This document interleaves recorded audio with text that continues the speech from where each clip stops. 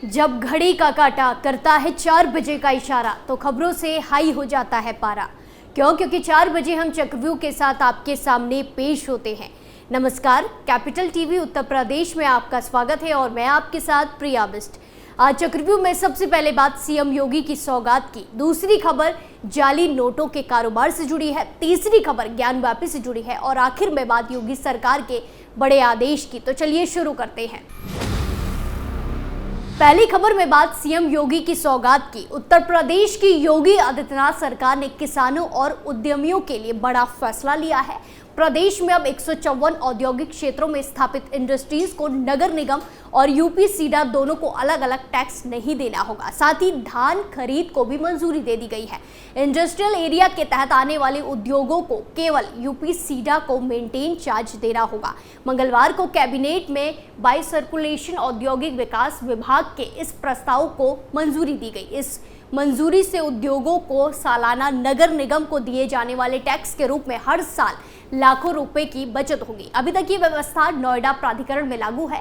मंगलवार को कैबिनेट ने इसके साथ कुल 9 प्रस्तावों को मंजूरी दी है। इस फैसले के लागू होने के बाद औद्योगिक क्षेत्रों के रखरखाव, सड़क निर्माण और संबंधित सेवाएं देने के लिए यूपी सीडा जिम्मेदार होगा।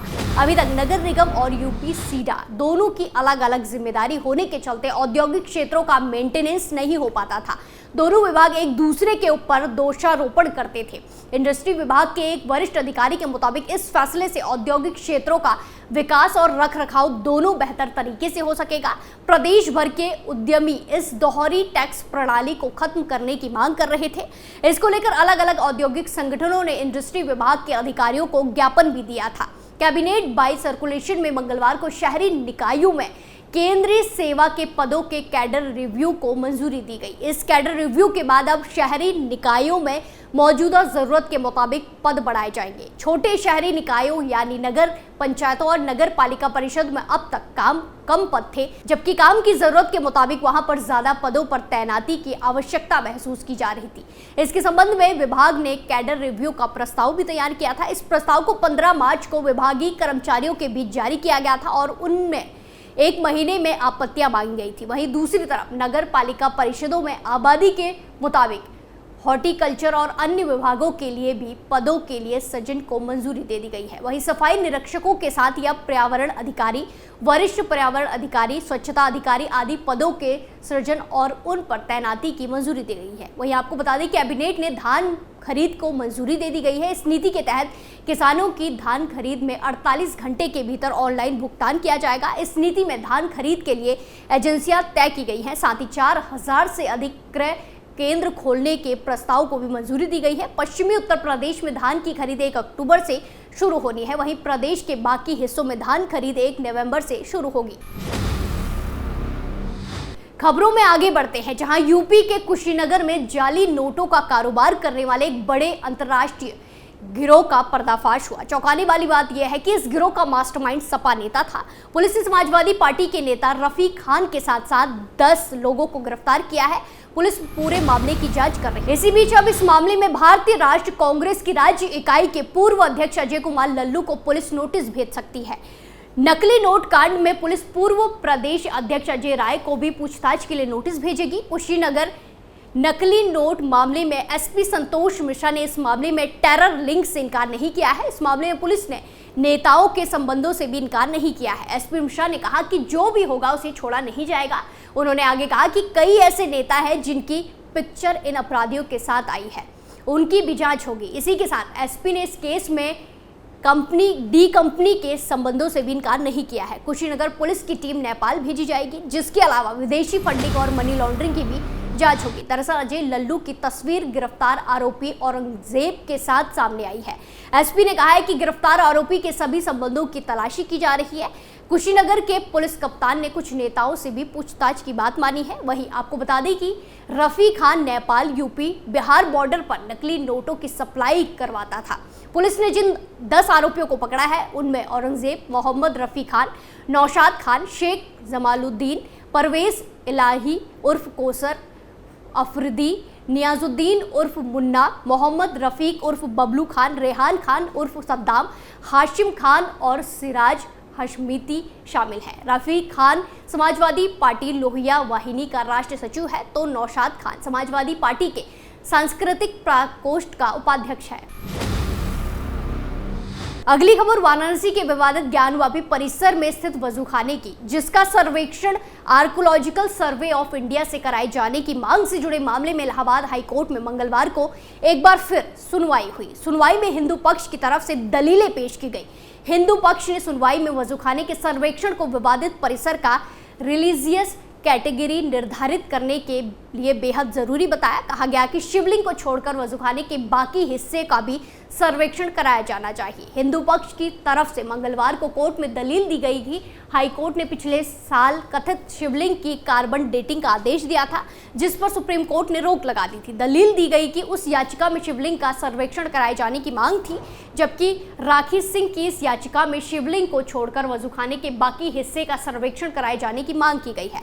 अदालत ने इस पर याचिकाकर्ता के अधिवक्ता सौरभ तिवारी से पुरानी याचिका की कॉपी पेश करने को कहा। याचिकाकर्ता के अधिवक्ता सौरभ तिवारी ने इस पर कुछ दिनों की मोहलत दिए जाने की मांग की है। हाईकोर्ट ने कागज दाखिल करने के लिए 1 हफ्ते की मोहलत दे दी है। हाईकोर्ट इस मामले में अब 1 अक्टूबर को दोपहर 2 बजे से सुनवाई करेगा।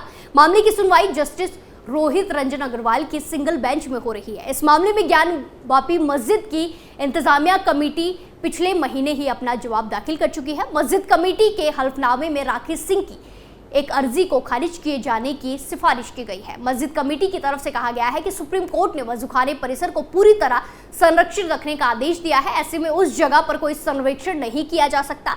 इस बारे में वाराणसी की जिला अदालत का फैसला पूरी तरह सही है और राखी सिंह की अर्जी को खारिज कर दिया जाना चाहिए। ज्ञानवापी मस्जिद की इंतजामिया कमेटी की तरफ से सीनियर एडवोकेट सैयद फरमान अब्बास नकवी दलीलें पेश कर रहे हैं, जबकि हिंदू पक्ष की तरफ से सौरभ तिवारी बहस कर रहे हैं।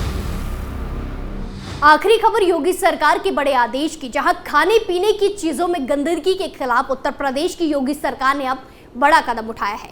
योगी सरकार ने जैसे सावन के कावड़ रूट पर खाने पीने की दुकानों पर मालिक का नाम लिखने का आदेश जारी किया था, वैसा ही अब रेस्टोरेंट पर मालिक का नाम लिखने का ऑर्डर दिया गया है। सरकार के मुताबिक खान पान के केंद्रों पर संचालक, प्रोपराइटर, मैनेजर का नाम और पता डिस्प्ले करना अनिवार्य होगा। सीएम योगी ने मंगलवार को खाद्य विभाग की बैठक बुलाई थी, उसी में उन्होंने ये आदेश दिया है। वाराणसी, लखनऊ, मथुरा और अयोध्या में प्रसाद को लेकर बढ़ते विवाद के बीच योगी ने ये बैठक बुलाई थी। उन्होंने कहा कि जूस, दाल और रोटी जैसे खान पान की वस्तुओं में मानव अपशिष्ट मिलाना विभत्स है, ये सब स्वीकार नहीं है।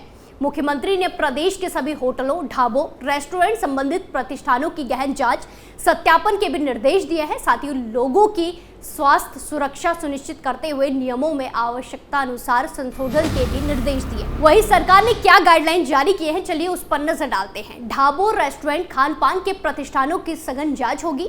हर कर्मचारी का पुलिस वेरिफिकेशन होगा। खान पान के केंद्रों पर संचालक, प्रोपराइटर, मैनेजर का नाम और पता डिस्प्ले करना अनिवार्य होगा। शेफ हो या वेटर, उन्हें ग्लव्स और मास्क लगाना होगा। होटल, रेस्टोरेंट में सीसीटीवी कैमरा लगाना अनिवार्य है। न केवल ग्राहकों के बैठने के स्थान पर बल्कि प्रतिष्ठान के अन्य हिस्सों को भी सीसीटीवी से कवर होना चाहिए।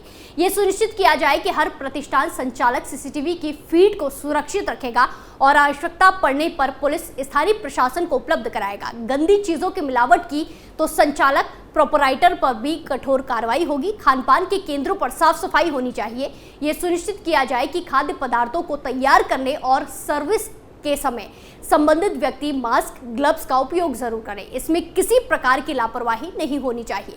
खाद्य पदार्थों को बनाने, बेचने और अन्य संबंधित गतिविधियों से जुड़े नियमों को व्यवहारिकता का ध्यान रखते हुए और सख्त किए जाए।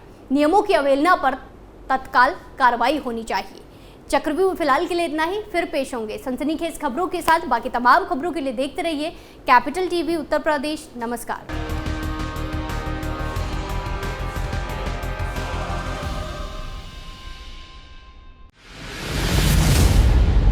मैं राजनीति करता नहीं, पर राजनीति को बहुत गहरे तक समझता हूं। मैं लोगों के बीच रहता हूं, लोगों के मन को अच्छे से जानता हूं।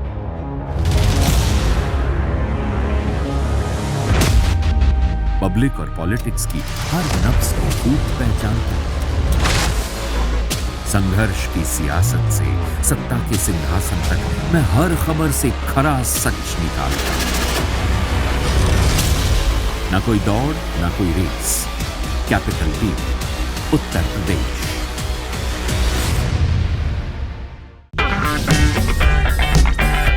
अगर आपको हमारा वीडियो पसंद आया हो तो इसे लाइक करें, हमारे चैनल को सब्सक्राइब करें और हाँ, बेल आइकन दबाना ना भूलें ताकि आप तक हमारे वीडियो की नोटिफिकेशन पहुंचती रहे। आप अपना सुझाव हमें कमेंट बॉक्स में दे सकते हैं। हमारे साथ जुड़ने के लिए शुक्रिया।